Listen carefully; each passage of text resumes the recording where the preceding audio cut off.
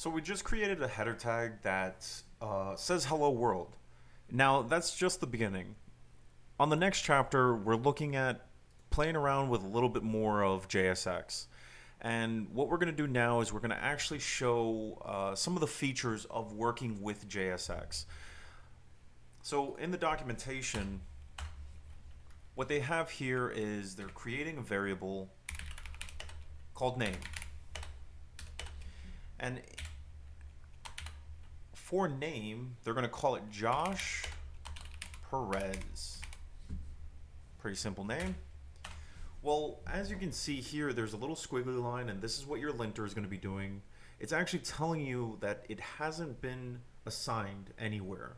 So just keep that in mind whenever you see these squiggly lines. They're an indication that something is not wrong or something's not invoked the way that the application is expecting it. The reason that this happens is because sometimes you'll end up writing something, and if you're not using it, it's kind of like a waste of code or a waste of space. You don't really want to litter inside of your code. So for the second variable that they have here, they're doing const element equals, and here's where some of that JSX gets implemented. It's going to be h1. And instead of hello world, we're going to say hello name. So hello, comma. But we don't really want to rewrite the name because we want to have this name be flexible enough that no matter what name gets put in there, it's going to be exactly the name that we expected. So inside here, what we're going to do is we're going to create these curly braces. And in the curly braces, we're going to pop in that variable called name. I'm not sure if you saw it, but very quickly, you see that name no longer has that squiggly line because it's been invoked right here. Now, in order to get this onto our page, we're going to have to change a few things around. So down here, instead of hello world and having this JSX header tag, we're going to change this to the variable that we just created.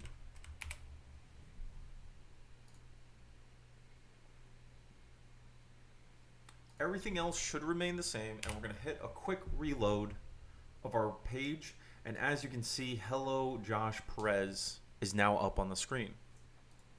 Now, this isn't the only thing that we're going to look at here. We're actually going to make one more modification just to show you how extensive something like this can go.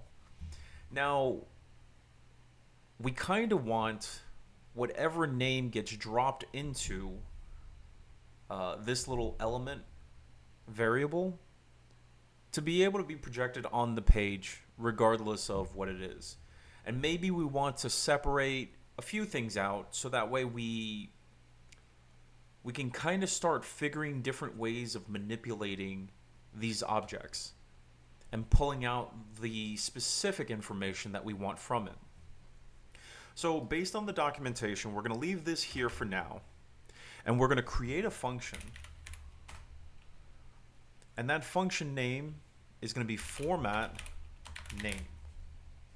Now for the parameters, which is going to be what gets populated into this function, we're going to take this and we're actually going to delete that, and we're going to call it user.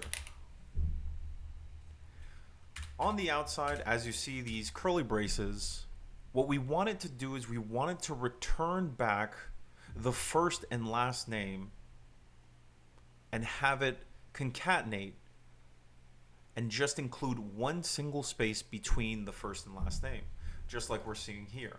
So first name, there's a space between it, and then the last name. So what we want here is we want it to return something to us. We want this function to provide something as it completes its function.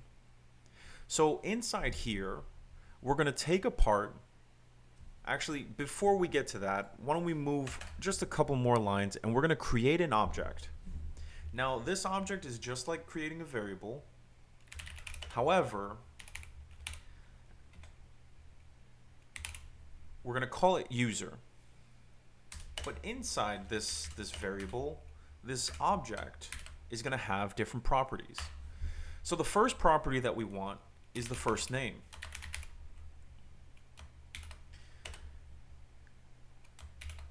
And in this case, we're going to remain with the same name, Perez. A comma will allow us to add in a second property, which we'll call last name.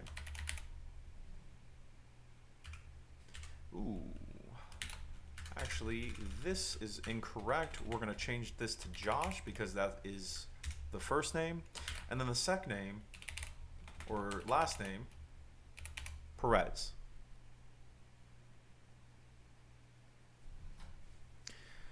Now we're going to remain with this element here.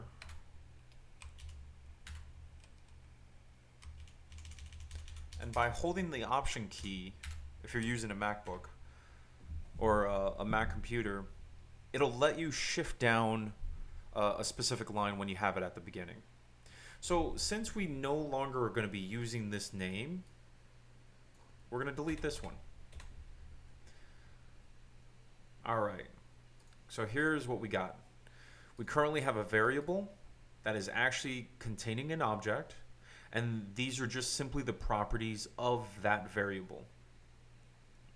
Right here, we remain with the same variable element that's going to contain JSX, but as you can see, our linter has already deleted, or excuse me, written right through the name since that variable is no longer available.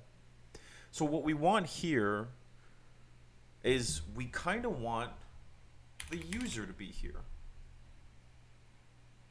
However, this isn't going to work properly because, and I'm going to show you very quickly. Whoops, didn't mean to save that. We're going to reload and we're going to get an issue because it's not rendering the actual objects inside of it. So it sees it as too complex to be displayed. So this is why we're creating a new function called format name. So that way it actually presents the information the way that we want it to. So as we're passing the user, what we want in return is to break down the object that user is passing in. So we're going to put in user.firstName, and we're going to use the plus symbol to concatenate this little string. And since we want a space between it, we're going to put two colons, not colons, apostrophes or double apostrophes, and we're going to put a little space in there. But we want the last name to also be added on. So here's user.lastName, and hopefully that's going to be our function. And now that we have this function created where it's taking the first name, Josh, and it's going to take the last name, Perez, and have it put right here with a space in between. We're now going to change this. Instead of just being user, we're going to put a parenthesis around it, and we're going to invoke our function, format name. And what's so cool is like you can already just click on a little shorthand. So as we now have a string instead of an object, let's see what happens. We're going to go ahead and save. We're going to refresh our web browser, and Josh is showing as undefined. Let's see what our little mistake is. And as I caught very quickly, the last name that I wrote here, we didn't camel case it. So we're going to just fix that very quickly. We're going to refresh our page and look at that. Josh Perez is now up there on the screen. Now, of course, this is just showing a small limitation of it, or the extent of what you have. There is one more way of getting some information onto the screen.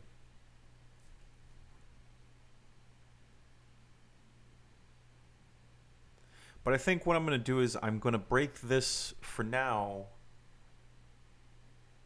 and just show you these two ways of having items pass through specific functions, or this object being written the way that it is, where it contains two properties, where the first property is the first name, second property is the last name, and then we made it concatenate here to put it all together.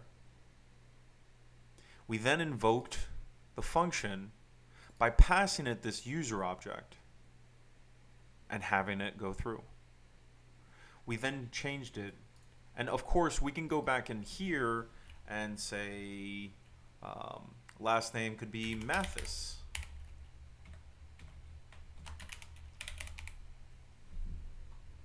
And instead of Josh, we'll call him Paul. So we'll save that again. We'll reload our page and look at that. Paul Mathis.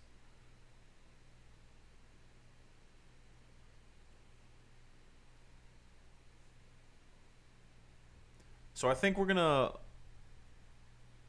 pause right here. And in the next video, what we're gonna do is we're gonna create an if statement. So it shows, hey, if you have the name available, I'd like to present that name. But if you don't have that name available, I want you to say hello stranger instead. So we'll take a quick pause right here and continue with the next one.